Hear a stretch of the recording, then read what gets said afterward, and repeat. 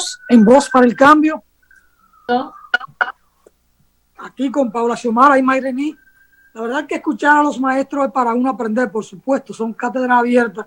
Y qué interesante la conversación con Mayrení, porque ella cuenta todos los casos particulares, la riqueza de la actividad docente, con cuánto tipo de situaciones tienen que bregar, porque quien tiene 30, 40 niños en un aula, cada cabeza es un mundo, cada niño es un mundo en movimiento. Y hay niños y niñas y niños, cada uno con una particularidad que trae de la familia, que trae de la genética, cada uno es distinto, entonces no es tan fácil la labor de un maestro y es mucho más difícil trabajar en una escuela básica o primaria que trabajar en la universidad. Sin embargo, los maestros de la universidad piensan, y así lo veíamos ya pasado con todo respeto, con uno de los invitados, bueno, que el maestro universitario ha logrado un mayor nivel, que debe ganar más, pero miren, trabajar con niños pequeñitos, ¿verdad? No es fácil, porque esta experiencia que nos cuenta Mayrení, hay que tener mucho amor para llevarla a cabo, porque si no se tiene mucho amor, puede terminar en ser una experiencia desgarradora, o para el maestro o para los niños, porque si no hay ese suficiente amor para entender la diversidad que se tiene en un aula de 30 o 40 niños, o terminan los niños desgarrados con una maestra o un maestro que no le comprende, que no tiene la paciencia, la tolerancia, o que no se desprende amorosamente para ellos, termina entonces el maestro vuelto loco con la diversidad que se mueve en un aula con esos niños. Y el recreo siempre aquello es una fiesta de locura, o una locura hecha fiesta, ¿no? Así que bueno, interesante la conversación. Adelante, maestra Paula.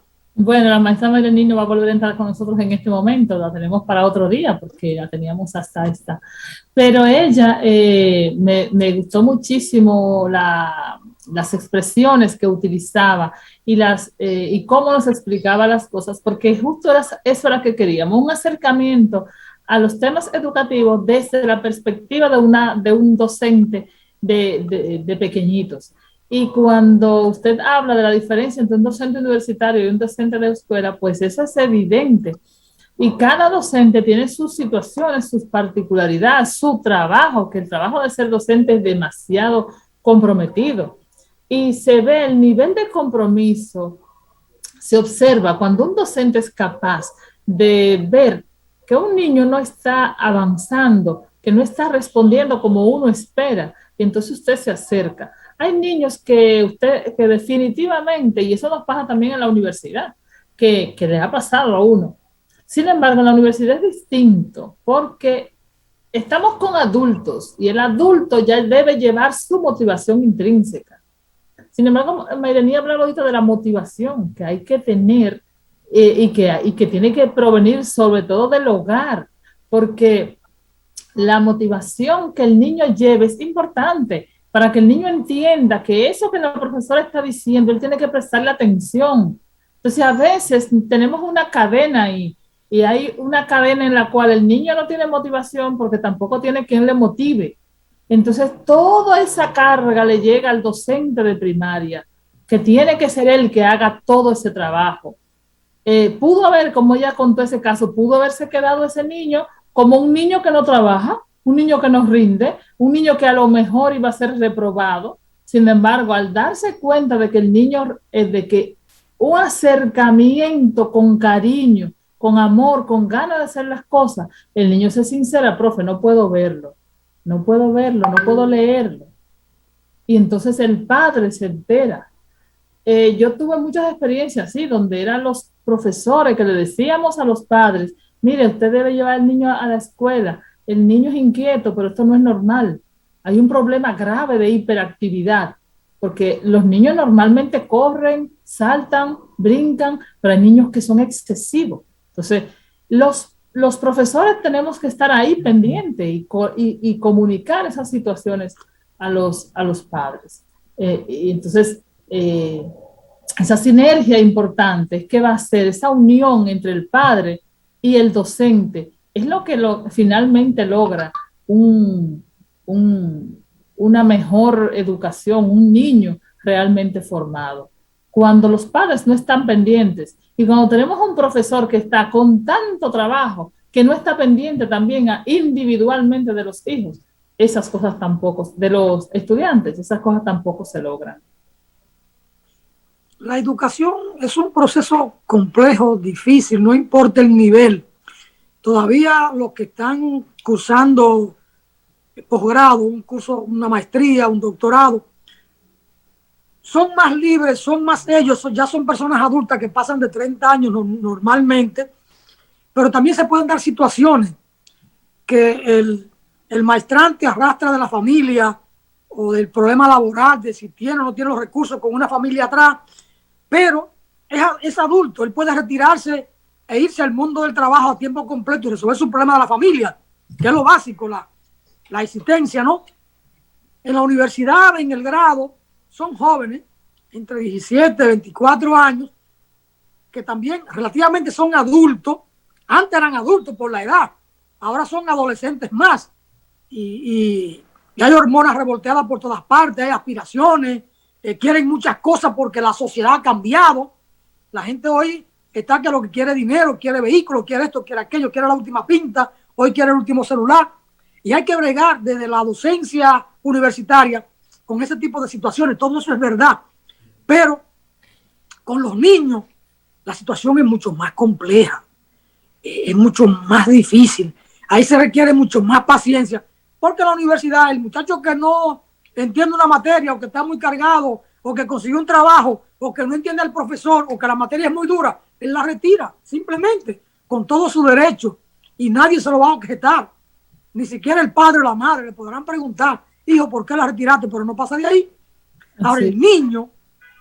El niño que no tiene esa autodeterminación y que no tiene ese ni control de sus propias emociones por la edad o por una situación particular, una capacidad diferenciada, una debilidad X, una condición especial, con todo eso tiene que luchar el maestro, la maestra.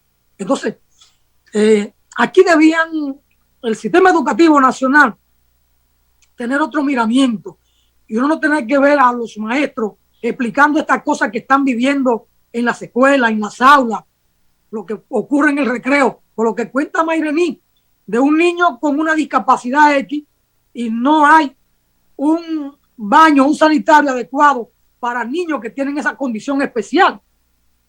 Es verdad que en una escuela pueden ser 3 o 4 niños, pero ellos tienen derecho. Ellos tienen derecho. Entonces, cada escuela debe tener un lugar porque tiene que haber, porque eso tiene que contemplarse. Escuchar a una maestra. Años que estamos hablando, perdóneme, don Alfonso, hace demasiados años que estamos hablando de lo que se llama educación inclusiva. Hace muchos años de eso. Y a partir de esos tantos años, ya debió haberse construido en cada escuela por lo menos un baño adecuado, por lo menos uno, porque como usted dice, no van a ser muchos niños, van a ser 2 o 3, o a lo mejor un solo. Es así. Bueno, maestra, no iniciamos con comentar acá que la pastora Jenny Matos tiene una situación de salud que no le permitió estar hoy con nosotros, y para la teleaudiencia de ella que la sigue en el segmento Mi Jardín Interior, no es nada grave, pero está en convalecencia y entonces ella prefirió descansar y no estar en el espacio. Nos pidió que le asistiéramos. Así que nuestras mejores vibraciones, o nuestras mejores vibras, como dice la gente, por la salud de Jenny Matos, nuestra querida pastora del programa. Así que queríamos comentar eso, maestra Paula. Ojalá que Mayrení vuelva con nosotros acá en el programa uno de estos días que ella pueda, quizá antes de irse el año, porque le quedaron muchas cosas por contar, que son reflexiones muy interesantes, porque es la experiencia vivida en las aulas, en el trabajo diario con los niños, y como ella lo explica, ese desbordamiento de amor que ella tiene para trabajar con sus niños, porque son sus niños. Cuando yo fui niño, que hace muchos años de eso, casi un siglo, nuestra maestra tenía mucho amor. Usted lo dijo, casi un siglo. Casi un siglo. Sí.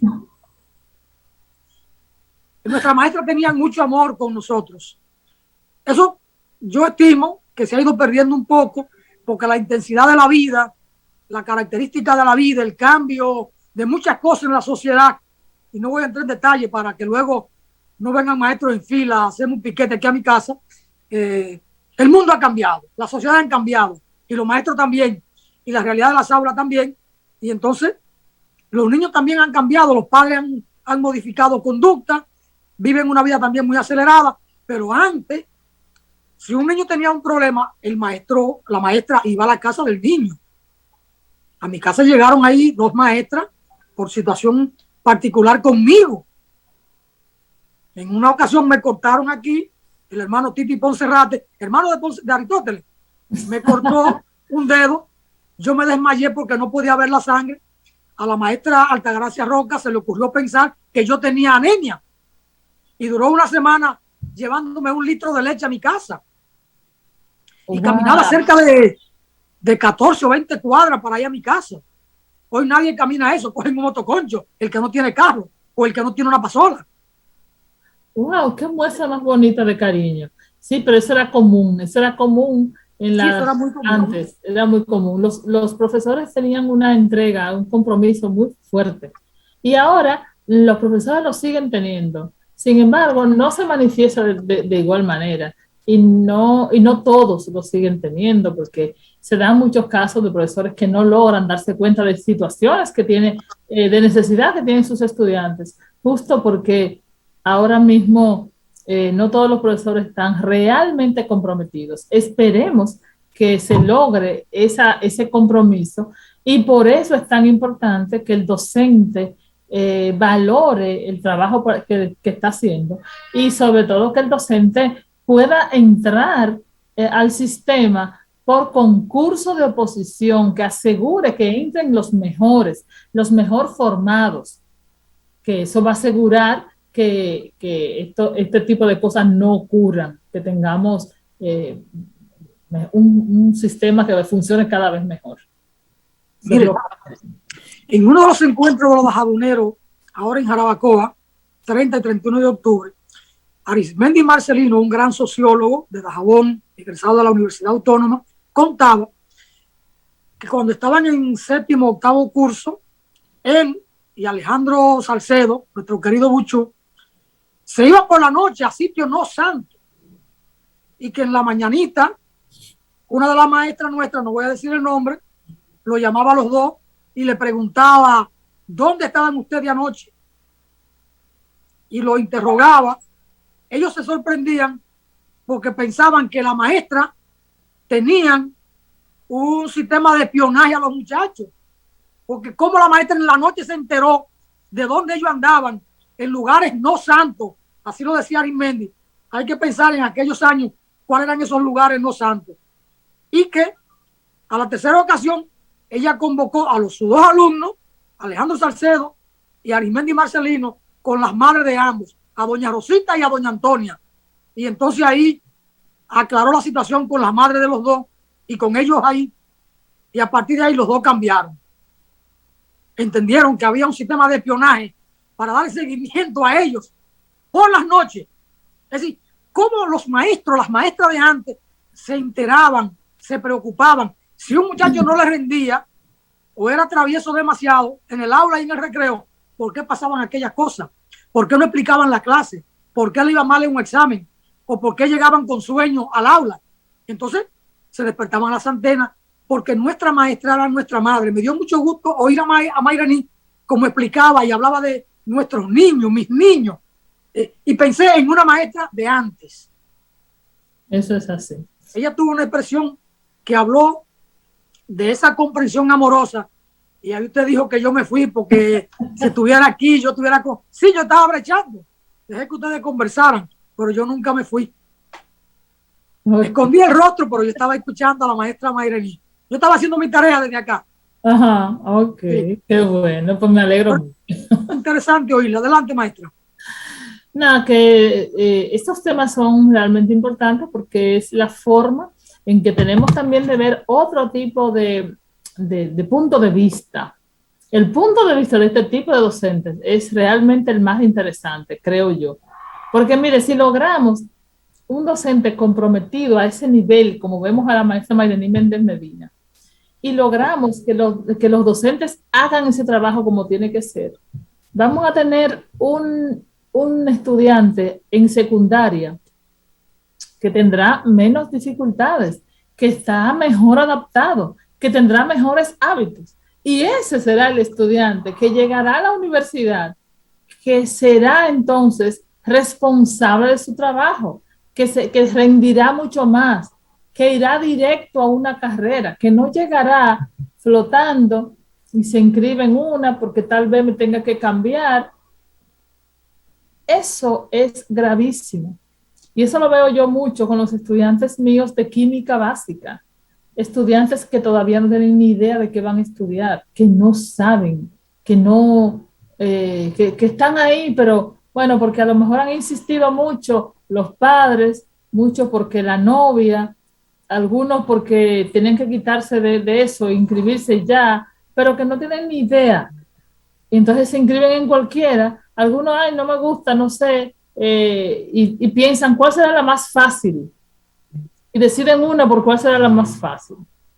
Entonces, una educación de calidad desde el principio, donde el muchacho entienda sus capacidades, donde se le enseña que él es capaz, donde el niño desde pequeño vaya entendiendo que él tiene virtudes, que él tiene él puede hacer las cosas, que cuando falla en algo no significa que usted no es bueno, significa que tú eres mucho mejor para esta actividad que para esta, y que todos los niños en el aula entiendan que hay diversas actividades para cada uno y que yo puedo ser buenísima en una cosa y no tan buena en otra, y eso no debe disminuir la valoración que tengo de mí mismo.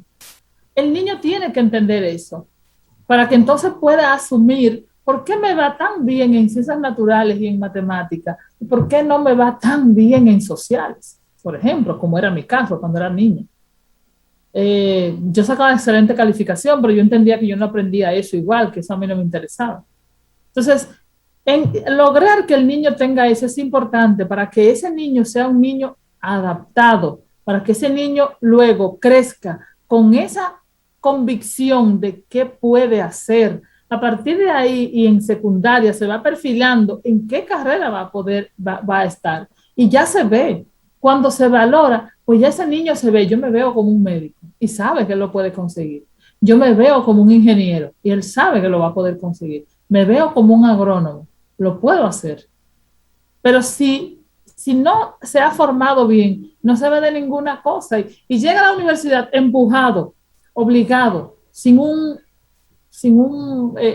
perfil, sin una idea de qué quiere ser. Lo que usted no se ha imaginado, lo que no está en sus sueños, eso no va a pasar, eso no ocurre, eso no se consigue. Si usted no tiene claro a dónde va, no va a llegar.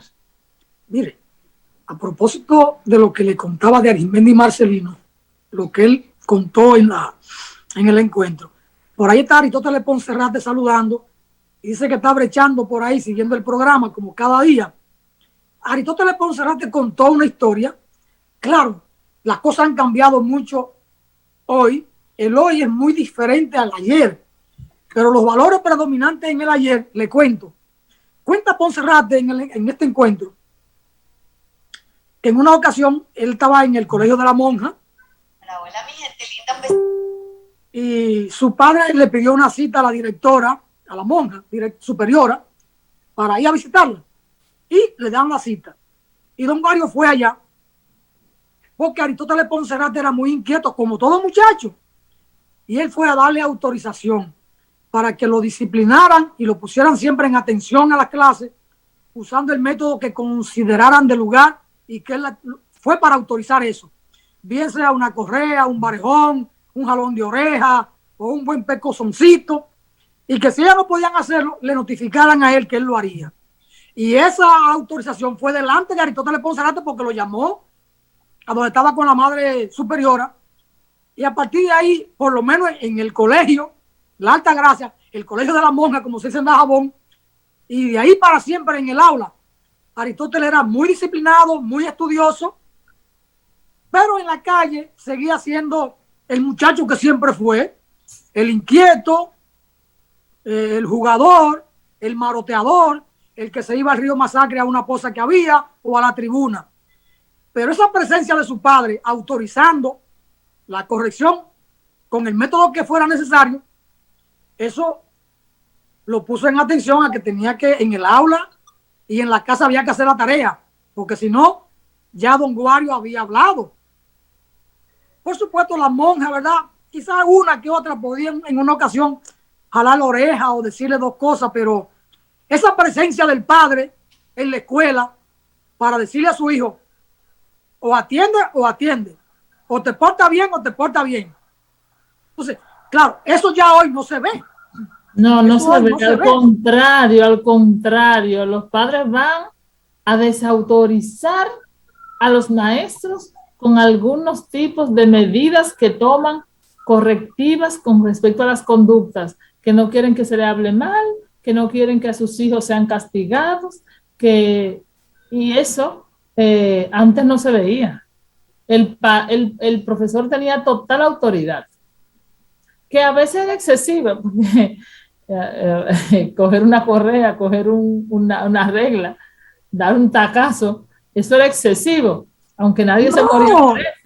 Era por la batata, por la canilla, como dicen en Dajabón. Y yo creo que yo prefiero eso a tener un muchacho mal educado y que no haya entendido que tiene que ponerse, porque fíjense lo que usted dice, nuestro amigo Aristóteles continuó siendo el chico despreocupado, juguetón, pero responsable con su clase, responsable con su propósito de estudiar.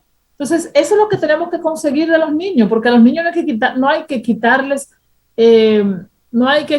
el jugar.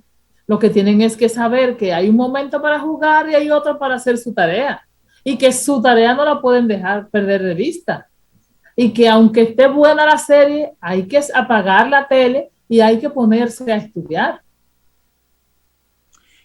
Es una época que pasó, yo lo entiendo, pero dio su resultado en su momento. Yo no sé si hoy estamos mejor sin ese tipo de enderezar muchachos, ese método, pero aquel en su momento dio resultado. Pedro Agustín Senfler, primo hermano de Aristóteles Poncerrate, fue mi compañero. Yo lo encontré en tercero porque repitió tercero de primaria. Tenía sus dificultades para atencionar al maestro y jugaba demasiado. Llegó a cuarto conmigo y la profesora Josefina Burgos, la querida Fifi, que hoy es maestra aquí en el Colegio Serafín, le jaló, le revolteó la oreja, ¿cómo se dice cuando le retorció la oreja? Le retorció la oreja. A partir de ahí, Pedro Agustín de la Rosa, mi querido Tuto, nunca más miró para atrás, terminó todos sus estudios, vino a la UAS y terminó la licenciatura. Un retorsión de oreja lo enderezó para siempre. Y Tuto es un profesional con mucha honestidad, muy trabajador, un ciudadano ejemplar en Dajabón. No se le nadie nunca ha dado una queja de Tuto, nadie. Todo porque Fifi le hizo así. Problema resuelto. Era preferible esa retorsión de oreja a tener a Tuto ordenado para siempre, un gran ciudadano, que haberlo dejado siendo en Dajabón cualquier cosa. Los estudiantes de Fifi en el Serafín o San Francisco de Asís, en el Serafín, cuando la conocen y están con ella, sienten que es una maestra que enseña, es dura, tiene los métodos de antes en su explicación, hay que atencionarla, pero los muchachos después que pasen de su mano saben que aprendieron, saben que se disciplinaron y la quieren enormemente. Lo que hemos pasado por su mano, la recordamos como la gran maestra, con mucho cariño. En el aula, recta, porque hacía falta, porque ahí esa adolescencia, esos muchachos de segundo, tercero, cuarto primaria, hay que enderezarlo, sí. Si no están derechos, con carácter. Sí, porque ellos están en una etapa de la vida difícil, que necesitan, como usted dice, ellos necesitan rectitud, ellos necesitan una persona que esté ahí. El carácter puede ser una mirada, puede ser una expresión, puede ser llamarlo a la pizarra, puede ser que lo llame todos los días durante una semana, fulano, venga a la pizarra. A la semana siguiente, mire, ya él no va a estar derecho. Hay diferentes métodos. Sí. Antes había desde la correa a la mirada, a la visita a la casa, a llamarlo para que venga a la pizarra a explicar la clase. Entonces, el maestro jugaba con eso, con la rectitud, siempre siendo amoroso, siempre viéndonos como sus hijos. Yo viví eso, de maestros, dos maestras que fueron a mi casa, preocupadas por mí. Entonces, pero oír a Mayrení me dio una gran satisfacción, me llevó a mis tiempos de estudiante de primaria, hace casi un siglo de eso. Okay. Adelante. Yo tengo, hay unas cosas que ahora recordándole, también recordé de cuando mis niños estaban pequeños.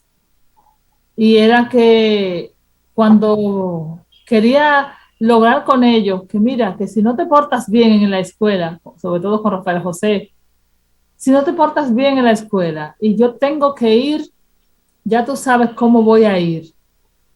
Descubrí que ellos tienen una especie como de competencia y se preocupan mucho de cómo los padres van de arreglados o de descuidados a la escuela. Les da mucha vergüenza cuando su padre llega que no está bien presentado. Entonces yo decía, no te preocupes, Rafael, me voy a poner como una loca, me voy a ir sin peinar, me voy a ir con rolos, no me voy a arreglar y voy a pasar directamente a tu curso preguntando quién eres tú y que yo soy tu madre. Ese era el terror de ese muchacho. Para que usted vea cómo cada cosa funciona. Si yo tengo que ir, voy a ir. Y ella, no, mami, ten cuidado, ten cuidado. O sea, es así. Bueno, maestra, se nos acabó el tiempo. Sí, eso. Digamos que era justo, ¿verdad? Sí. Gracias por estar ahí con nosotros este viernes con el tema de educación, que es muy interesante. La educación es siempre necesaria, interesante. El miércoles vamos a tener dos maestros, a la maestra Mari Cantizano en la primera parte y en la segunda parte al maestro Nadal, me parece, ¿correcto? Sí, sí. Hay una pregunta que me hago yo. ¿Por qué? Ojalá que usted tenga para ese día, tengamos para ese día respuesta a una pregunta que me hago. ¿Por qué han decidido 14 sueldos, un sueldo extra para los trabajadores administrativos de educación y no para los docentes? Buena tarea. Nicauli se va a explicar. Vamos a ver qué me tiene. Bueno, gracias, maestra, por estar con nosotros acá. Esperamos que la pastora Jenny Matos el próximo viernes ya esté restablecida y pueda estar con nosotros. Y ojalá que Jenny pueda entrar con nosotros el lunes o el martes y compartir un rato en el espacio. Gracias, Paula Xiomara. Gracias, Mayrení. Y extendida de nuevo la invitación a Mayrení para que vuelva a estar aquí en Voz para el Cambio. Para todos ustedes, buen fin de semana y hasta el lunes. Muchas gracias.